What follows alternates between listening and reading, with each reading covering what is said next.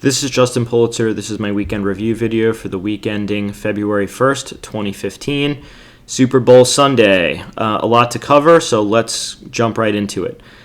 So as we all know, the market has been sideways. We've had poor highs here, no excess, and poor lows here, no excess, and we've just been kind of ping-ponging in a range. And I think the fear for most people is lower in general because retail usually plays long. So let's discuss what lower might look like, and we'll also discuss what higher might look like. So I had talked about there being a couple of important days ranges to look at. The first and foremost was the ECB day. You can see this was a pretty decent, I would say, short covering rally that came back up and then subsequently sold off. And then we had a Fed day here, which was the impetus for this move lower. The Thursday was a bit of a rally back, and then Friday was lower. But one of the things I had noted, and one of the things I'm going to reiterate here, was on this rally back day, you can see the high of the day was 202.30, and the low of the ECB day was 202.33. So we stopped just shy of that range, and then Friday we sold off and closed below the Fed range. Forget about even the ECB range, but we closed below the Fed range. So that alone has me a little bit more cautious and thinking that we may have a little bit more downside in the offing, so to speak. If we wind up rallying back up and we wind up taking out this high of day here on Thursday, then I would say the play is probably back up to this upper part of this sort of descending channel. That's a little bit of an artificially drawn channel just because we've been going sideways, but I do see it being accurate. So if we do wind up coming down and we take out this 199.06, which I've been discussing ranges. This area up here, first and foremost, the 205.33 to 207.87 is sort of the upper distribution, and what I see as being necessary to be in for higher prices still. This area here between 201.90 and 205.33 is sort of the middle ground here. It's sort of a buffer zone. So can't tell if that's a 33 or 30. It might be a 38 actually. But this area here I see as a bit of a buffer zone, and then this area is sort of the cautionary last line of defense, so to speak, because this has been really reference lows, and that is this 201.90 down to 199.06 with a little bit of extension because we did come down here to this 199.87. So we now have a few things going for us. We have these reference lows. You also have a 200-day moving average. And I would say if those things go, the question is which channel are we looking at? Are we looking at this more shallow one where we would only come down into 196s? I think we would probably break harder than that and wind up using this channel and coming down harder past this 50-day, which is 195.45, which to me, not 50-day, 50% Fibonacci level, and really probably come down to the 61.8, which is 192.25, and possibly come back down to really retest the breakout area again that I had discussed in this 190s, and possibly even if this happens really quick down to the 188s, although I would think that there are probably some rack and fills, and it's not just a complete cascade, although that is possible. If we do break this, I would think we fill up quite a bit of a distance.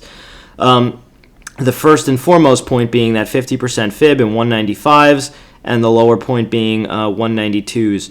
If you want to play this and you want to kind of do it, you could play the short once you break this area, or really if you want to play it cute, you could even try a short of Thursday's low for a move to cover some at the 200, and then maybe try to play for a little bit further on the other half or piece, or however much you're going.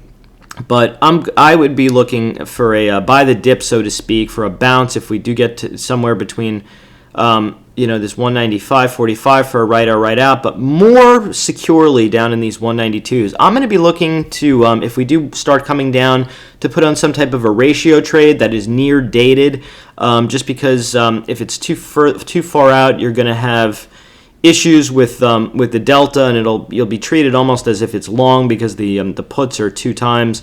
But somewhere between these 192s and 188s or 190s, I think this area should be some much stronger support for the market if we do wind up coming down for some type of a rally up. So what would a move back up look like? And honestly, I'm really not as biased. The only thing that has me a little bit concerned is this day here that, like I had discussed. But most of the other things I've seen people put out on the web all seem to think lower, which of course has the contrarian in me thinking higher. But I'm really very balanced here, honestly. I don't have a bias either way right now, other than, like I had discussed, that this to me was concerning and that lower is more likely just because of this. But if we do wind up and come up and take up out this high of day, this 202.30, and we can push back into this ECB day range, then I think the bulls are going to kind of want to take it up to the 50 and maybe to the high of this channel, which is close to 205. If we wind up taking that out, I do think we will make our way up in short order to the highs and probably beyond. Excuse me. So that is SPY, and that's just how I'm watching it. I'm really just looking to see how these lows and how these highs handle themselves. This is just a really big chop range as of this moment. IWM also flashing a little bit of caution. You know, I always say that we need to be over this 115.91, and really the key level is that 117.37, which we keep trading on the other side of, but it isn't sustainable, and we're back into this chop zone. I'm willing to say that this has a little bit more room before it starts getting really bearish down to 114. But anything below that 115.91 has got to have you cautious, and Friday was a little bit of a close below there. Again, closed below Wednesday and Thursday's range. We are still kind of more. This to me is a little bit more just in this chop balance, though. It's the same. It's basically the same thing as the SPY. Qs even with the bullishness in Apple and in Google is also just in a bit of a chop zone. The real and key range here to me was this 101.75 to really the important one is 100.56. We are still above that, and that has me still a little bit more optimistic. There is some room down, though, to these lows here, which was the other distribution in 99.51ish. You can see it's a big volume zone. If that breaks, there is room down to the 200, which is down in 97s, and possibly down also to a 61.8 and 96s. That channel I drew a little bit artificially. In kind of an extreme circumstance, which would, take you back down to this 194s, 195s, and it would also be a gap fill, as you can see I have indicated. So that in some type of a ratio trade also as we come down, with this being your terminus, or even maybe below there, to me would set up really well. Like you buy puts and then sell 2x, down here. Again, really near dated key. TLT, on the stream I had discussed, I put on a I don't know, I would say a little bit of a wussy short. I bought out in March, I bought the 132 puts and I sold the 127s. I did this really small. It's not really a directional play. I mean, it is a directional play. It's not really a directional call. But this to me is just looking extended. You can see that we were in this defined channel. Anything above this channel here had been unsustainable, and now we've kind of broken into another channel, and I artificially drew this in. I basically drew these connecting these lows, and then drew channel, and I started at this top, and we are now through it. So to me, this was just about as good a place as any. You can see the distance between here and here was roughly about the same as here and here. So I'm just thinking maybe we roll back to 132s. Maybe I got real lucky and we roll back to the channel low at 127s. That was really just my thinking on TLT. It's starting to be consensus, though, that rates are going lower. My thinking on this is that the concern is that everyone feels that when rates go down and they're this low, and these are really historically low rates. I'm going to show you, I hadn't been planning on doing this, but I will just do it now. You can see this has gotten kind of parabolic here. I mean, this is a huge move. This was the financial crisis highs. The peak was 123. We then got up higher and now higher still. I had drawn a channel. You can see once again we're above that. That also has me thinking that this is ripe for a little bit of a pullback. But people are afraid that this means that there's some type of systemic risk out there that we kind of don't know. Is it going to be Europe? Is it going to be some type of a Russian issue? Is it something in the Middle East? Maybe there's another credit crisis looming here. I mean, people don't really know, and I think this is just freaking them out. I have I guess a fancy education. I went to NYU Stern School of Business, and the professors always taught me lower rates mean higher prices, and how you value companies is you use what's known as a discount rate. I don't want to get into too much of teaching and preaching, but basically you value companies and you use a discount rate known as the weighted average cost of capital. If you have a chance, Google it. It's also in the jargon is WACC. That is what is comprised to discount stocks, and as interest rates go lower, which is the risk-free rate, the value that you would pay for a company goes higher. So if rates are going lower, stocks theoretically still should go higher. Maybe the fear is that we're getting close to topping out here. People are thinking that a rise in interest rates would potentially make stocks less valuable. This is also the reason why utilities have been climbing, is because people are chasing yield. That trade will eventually end badly when people think they have safety. But as of now, the trend is your friend, and yields are going lower. But that isn't necessarily as bad for the market as everyone might make it out to be. Crude oil, I had discussed this area being a point to buy the dip, and I did, and we got out here, and then it came back down, and we're stopped out of the balance. But you can see here, we've just been grinding. Like you can see, the moves in oil have just been these plateaus, followed by further moves down. Same thing here. And here we kind of had a bit of a look below range and then a big rally back on Friday, and we actually were able to close above the 20-day moving average. I don't necessarily know if this is it for oil, we bottomed and it's, off to the races. But if there is some type of a continuation, maybe we do come back up to 56, 57. If there's some type of a crisis, maybe we get back up into the 70s, which is really the primary trend.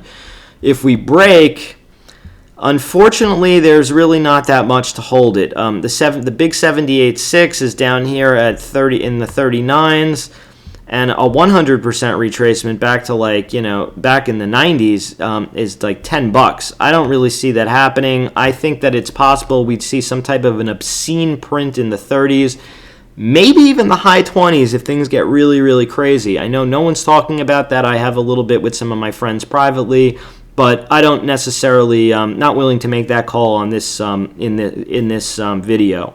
But I do think that this 43.58 low is really important. If that gives, look out below, we are going to see into the 30s. Let's get into the Momo.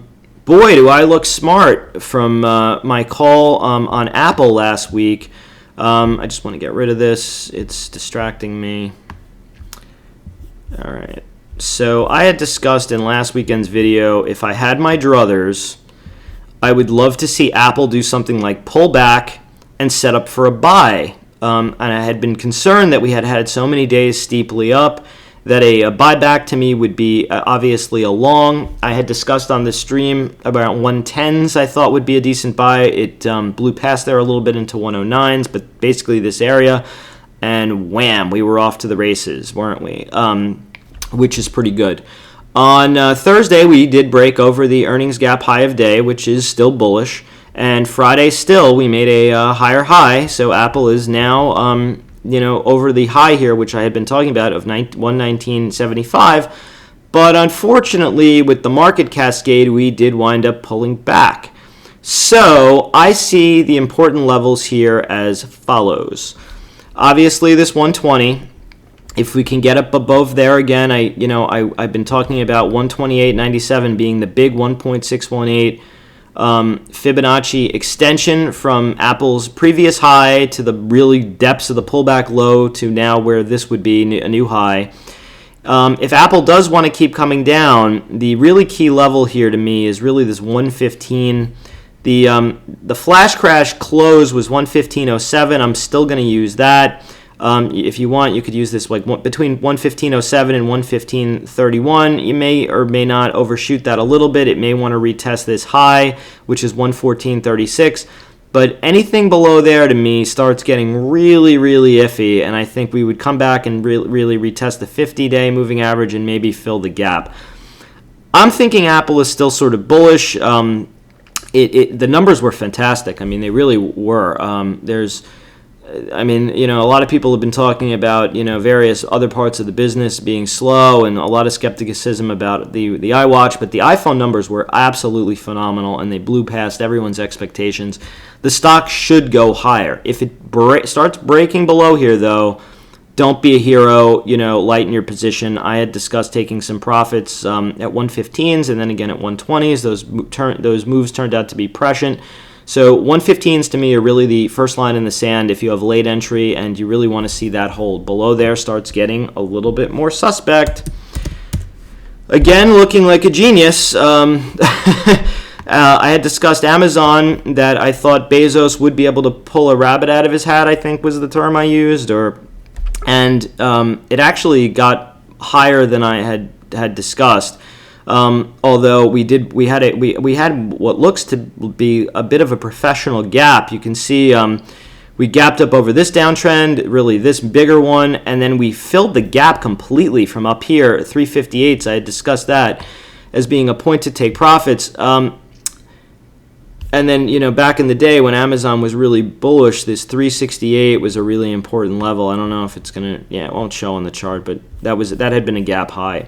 So if you're long Amazon, you might want to look to take some profits in this area if we, continue up. I would like to see this hold for a few days and go, if I had my druthers, go sideways and then take the high a day here to set up for a long to really get a squeeze going. If you haven't been in the play, you don't really buying the first day is to me kind of really gambling, because you don't really know which way it's going to go. It could have just been an earnings move, although this was a pretty big move. It was more than about, I think, double what the market maker expected move was. So you already have an outsized move that took out the last swing highs. And held fairly strong. So I would say Amazon is back into buy the dip mode. Or first and foremost play would be to play over the high a day here for some type of a continuation. If we do wind up chopping and come back down, I would start looking to buy the dip. I don't know if we're going to 100% fill this gap, but I do think if you got like halfway into it or so, it'd probably be as good a place as any down in these mid 220s, probably to try and play a little buy the dip with that. So that's Amazon. American Express is one that has been absolutely beaten. I am actually getting ready to buy, believe it or not, but not yet. A little bit lower. You have a confluence of events. I'm upset that this isn't showing on this chart. I have to now play with my charts. Can we still see it? We still can't see it. 2 years. Sorry, just bear with me. We'll be there shortly. Yep, here you go. You can see there was a gap here that happened on earnings. We came back up. There are some reference lows here. I will be a buyer somewhere between these reference lows here, which was 78.41, and the gap fill, which is 76. It may overshoot a little bit, but you also have a primary trend that comes into play around here. So somewhere in this region, to me, is a buy the dip type of a situation for a bounce. I don't necessarily know if we go back up to all-time highs, but I definitely think that there is some type of a play for a bounce, maybe back up to 85s or something. But we'll play that one by year as far as the upside target goes. One thing I just want to show you quickly is Visa. This was a stock chart that really looked like it was rolling over. They had they announced a split, and that wound up, getting the pattern up. But you can see that really brought in sellers. It closed on the low of the day. It was a rough day to report, though. Friday, the market was really ugly. You can see that was, the case there. And then MasterCard also, not really showing that much relative strength. So that's probably what's also weighing on American Express. That was a bit of an impromptu add-in, but I thought it was relevant. Baba. I get a lot of questions on Baba. So Baba broke out of the channel in a gap fashion. Look at this. It tried to rally back up. It's below the IPO price. looking a little bit bearish. If you want to play long, it has to be above 90.74, which was the gap. Gap day. I always use the gap day, high and low. Anything below here, you can play long. Anything below 87.37 is probably going to get lower, but maybe not a ton lower. This 82.81, which was the low after the IPO, to me, this is a right or right out buy. I am going to take this trade, and I would take it long, and I would probably play it for a bounce back up to the IPO level of the 92 if we get there. So that's what maybe even a little bit higher, maybe to the lower part of this distribution here to 95s. So that's what I'm thinking. Let's see if we get down there. And that would be the play in BABA. One of the reasons why that is weak is because of Yahoo, and Yahoo announced that they were going to be selling the remaining part of their stake, so you have a lot of shares coming online. Yahoo had a very nasty reversal. It had been actually up above here in after hours, opened up well below there, sold off the whole day, and then just absolutely just got slammed the other day. This will also, by the way, set up if you want to play the poor man's BABA, so to speak, right? We can play Yahoo down at these channel lows, which also coincides with a gap fill.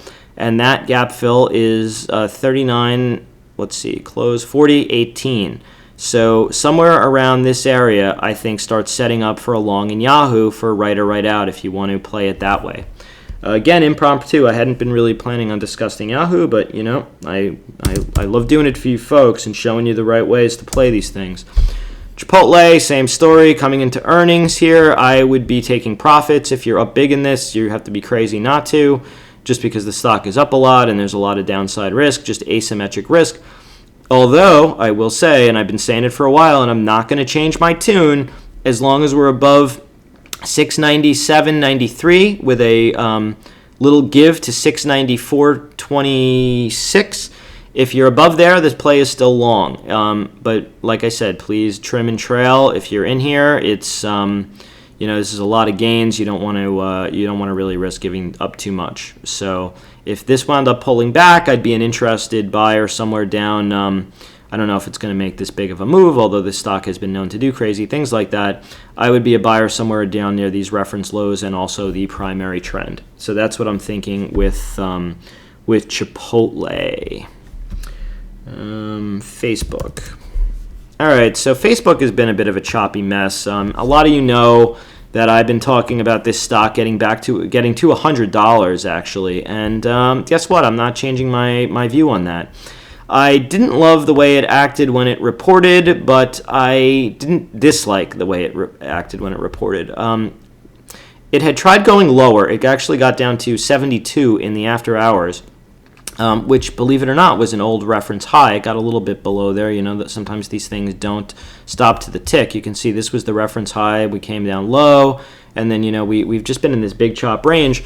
So I actually think Facebook is still a bit of a buy the dip stock. I like that it couldn't go lower on earnings, and it rallied. I think it got caught up in the morass, or I don't even know what you'd call it, the disgusting situation on Friday.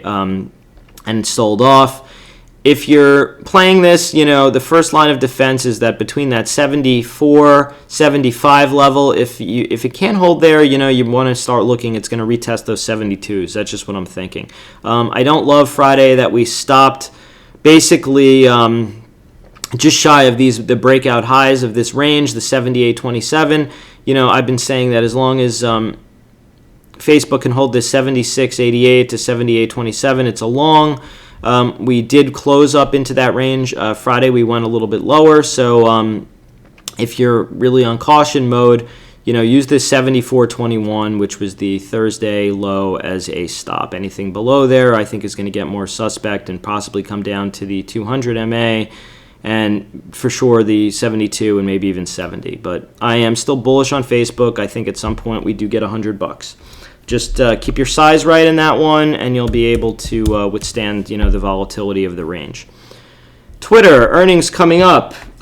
Expected move, $4.22 on the snap, and to the close, $4.75.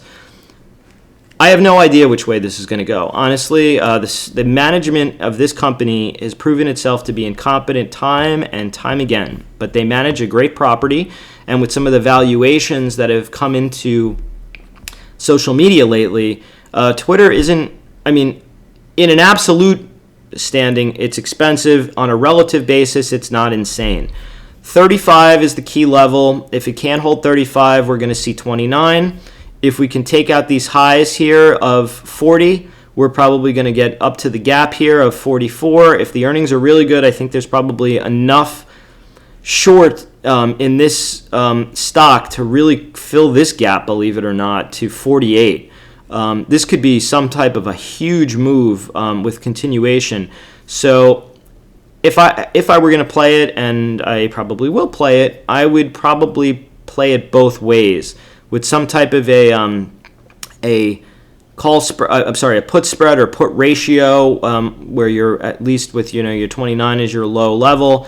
And if I was going to do calls, I would do a call spread with first you might want to keep in mind that this 44.58 might be a little bit of a resistance. That was where the gap was, but really play for higher into 48. So let's see if that works out. That is what I'm thinking with Twitter. But, hard to play. That management could say something stupid and screw the whole thing up. They might say something smart and the stock will rally. It's really a crapshoot. It's going to be a big move either way. If it does dump to 29, I would be a buyer there. If it does rally back up to here, there will be a lot of interested people in getting their money back. It'll probably have some type of a pullback, and then you could play it for a continuation higher. It'll probably wind up just chopping, though, honestly. If it gets up here, it's just probably going to chop, and we're going to wait to play this whole game all over again in the next quarter. That's my prediction with Twitter. Gilead reporting. Oh, boy. We came down. We got below this swing low. We've now rallied back up and filled the gap, and now just chopping. This pattern to me is a little bit risky when you come into earnings. I would have preferred this to have gone lower to primary trend. We never got there. Again, I've been beating this dead horse saying that people keep rallying stocks. They're trained to buy the dip. However, and they don't let things come down into their proper supports, and that's why they don't get to rally. The anchors are not as strong.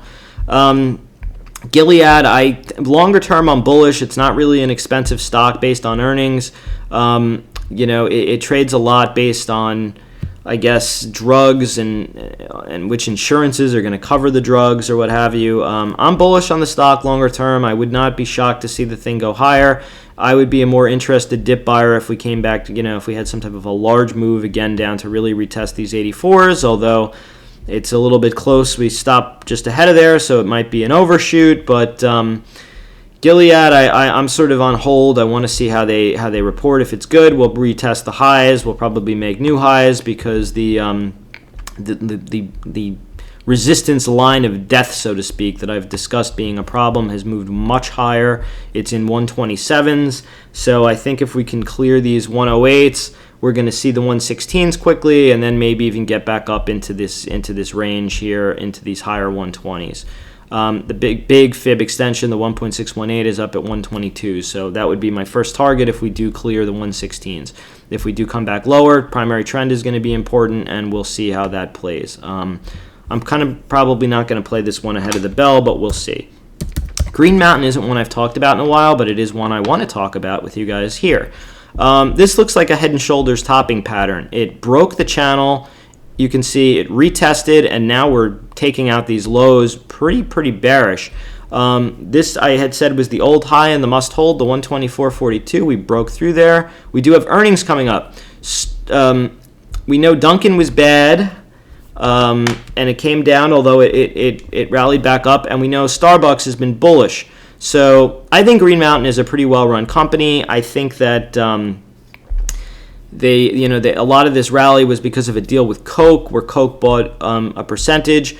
If they fill the gap ahead of earnings, and if they could get it down to just one more thing about the earnings here. The expected move is $11.51, $12.17 on into the end of the week.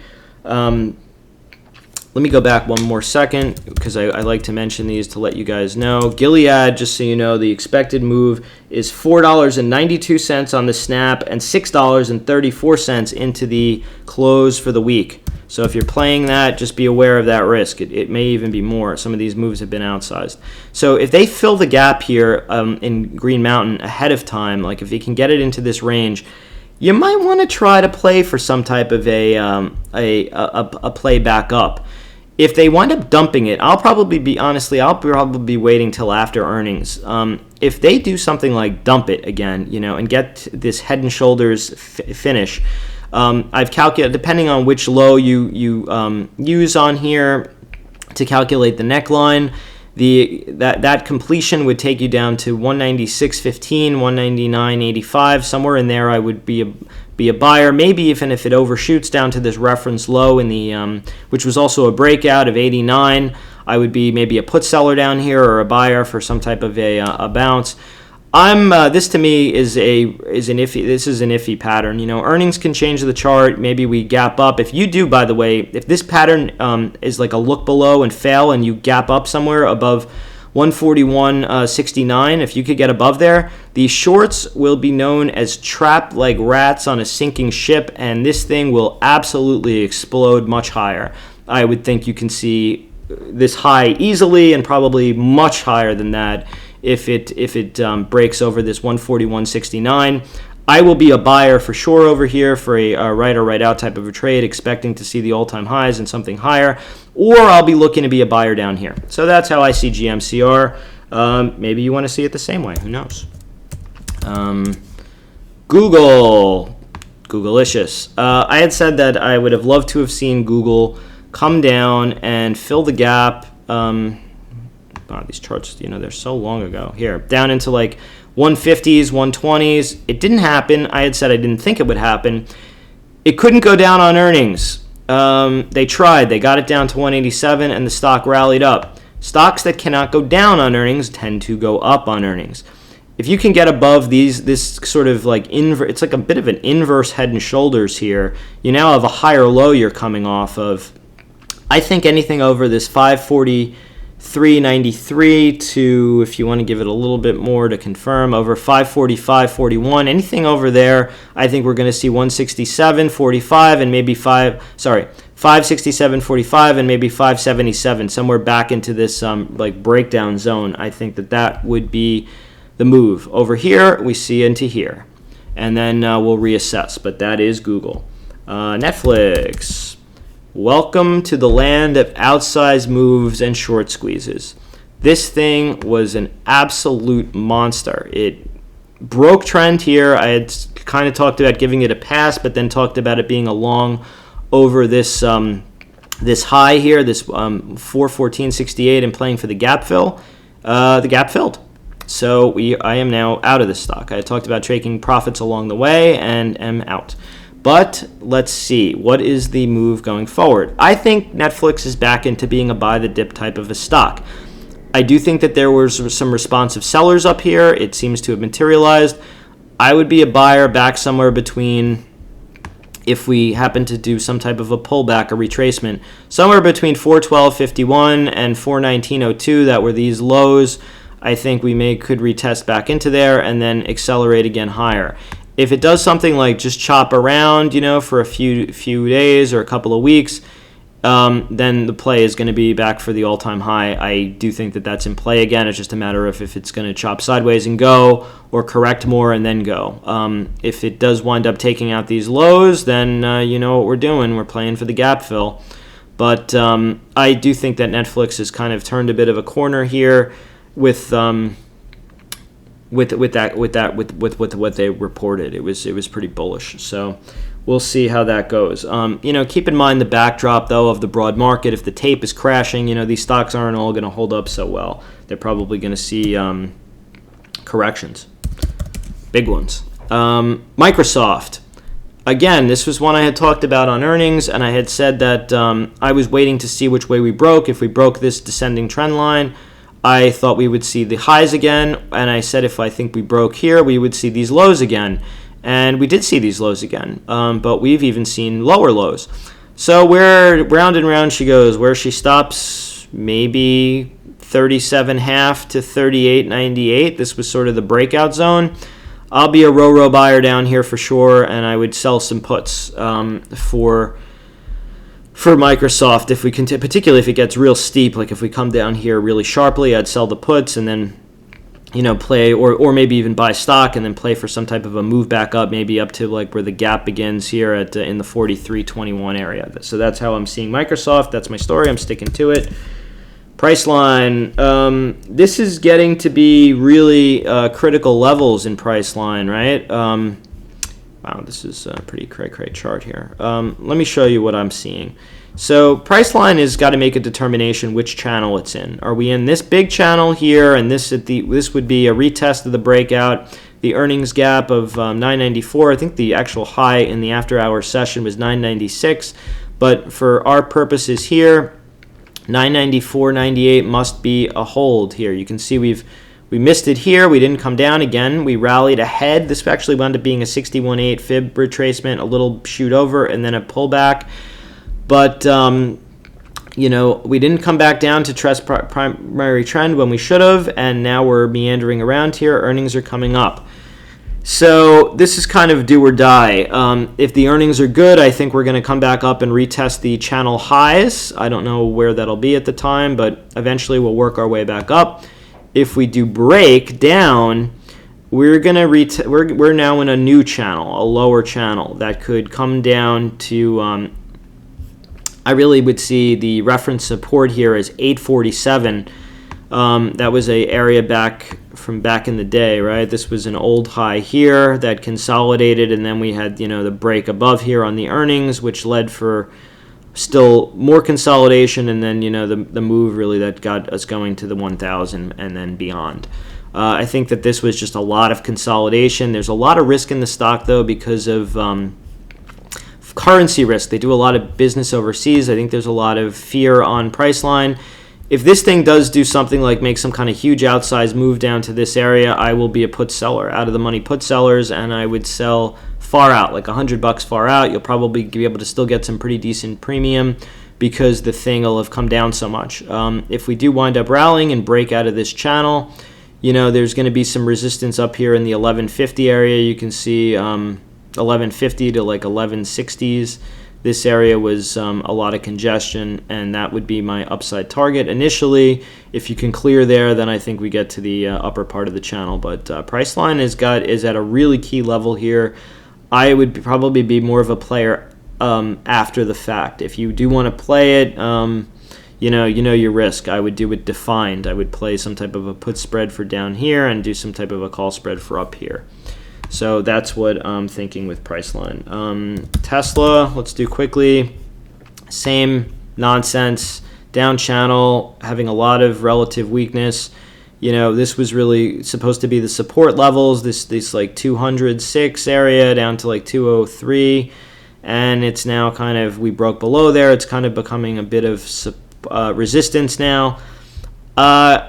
I would guess Musk is going to do something to get the stock up, and I'd probably, if I gun to head, I'd probably be playing long into earnings, for some type of a move to the high of the channel. Preferably, if we sold off down into it, it would be a screaming buy for right or right out at 177 if there's some type of a panicky sell ahead of time.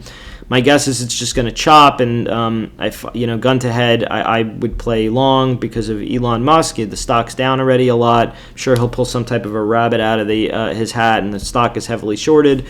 And once again, the story of Tesla is a heavily shorted stock with high consolidated insider ownership, which leads to squeezes. This time may be different. The stock may be peaking, with crude crashing and oil prices crashing. That hasn't been great for electric cars. But, I'm always a Musk fan. I'd probably, with the stock down this much, gun to head, long. Under Armour, new highs, loving it. I said to take some profits. We did pull back. You have earnings coming up on the 4th. The expected move on the snap is $4.86 and $5.43 into the expiration. I would do, again, like Apple. If this thing came back down and before the earnings, some profit taking somewhere in the 66, 67 area, I'd be either a put seller or buying it for some type of a rally back up. This is you see the 1, 2, third time we're touching, and some type of a pullback with a higher low and then coming through here, or some type of a consolidation, I think would be for long. I think the stock is showing signs of being bullish. It was very choppy in here, and I don't love that it's rallied so many days into earnings. That's why I would like to see some type of a pullback. It may still go higher, but it's you don't have good trade location, so to speak, if you're first buying here after the stock rallied basically in a straight line for $10. So maybe look for like half back or something for a buy. So that's it. Please follow me on Twitter. My handle is @JustinPulitzer. If you like this video, hit the like button. I always love to see comments. You guys, the commentary helps shape it for me, and that's it. Let's enjoy the Super Bowl and have a great week. Cheers.